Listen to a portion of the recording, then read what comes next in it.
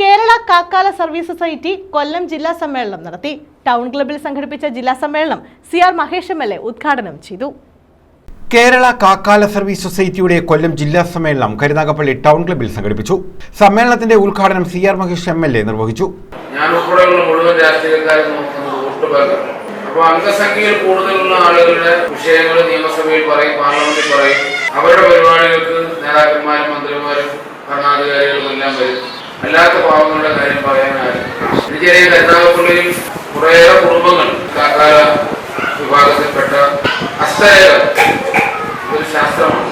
കൊല്ലം ജില്ലാ പ്രസിഡന്റ് പ്രകാശ് കല്ലുവാതുക്കൽ അധ്യക്ഷത വഹിച്ചു. ജില്ലാ സെക്രട്ടറി മധു ദശരഥൻ സ്വാഗതം പറഞ്ഞു.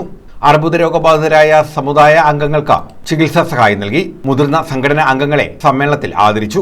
ലാലൻ അമ്പലപ്പുഴ, ജഗദീഷ് നെല്ലിക്കുന്നം, മധു കാപ്പിൽ, രമേശ് മുളക്കര, സുനിൽ ചവറ, ശ്രീകലാ സതീഷ് തേവലക്കര എന്നിവർ പങ്കെടുത്തു.